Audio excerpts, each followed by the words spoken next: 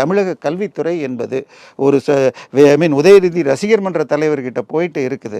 பள்ளிக்கூடங்களுக்கு current bill கட்டல அப்படின்னு ஒரு ஊடகத்தில் பெருசாக வந்திருக்கு. கரண்ட் கட்டிடுவா இன்னொன்று அவங்களுக்கு வைஃபை வரல, இன்டர்நெட் கட்டல அப்படின்னு வருது. ஸோ தமிழக கல்வி அரசாங்க பள்ளிக்கூடத்தில் எப்படி இருக்குன்னு நமக்கு தெரியும்.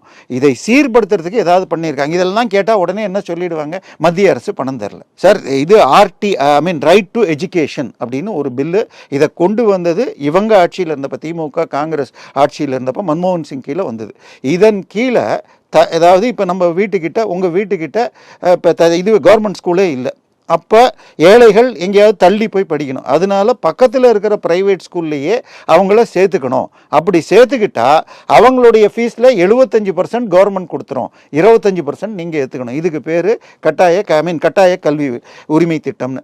இதில் கடந்த 3 வருஷமாக தனியார் பள்ளிகளுக்கு காசு கொடுக்கல. இதுக்கு உடனே என்ன சொல்லிட்டாங்க, இந்த பிஎம் ஸ்ரீ ஸ்கூலில் 2087 கோடி தமிழக மத்திய அரசு கொடுக்கல, அதனாலன்ட்டாங்க. சார், மத்திய அரசு அதில் ஒரு அமௌண்ட் கொடுக்கணும், நீங்கள் கொடுக்க வேண்டிய கொடுக்கல. ஸோ இப்போ அதுக்கப்புறம் கோர்ட்டு கேஸு போய் இன்னைக்கு பேப்பரில் இத்தனை 1000 பேர் சேர்த்துருக்காங்கன்னு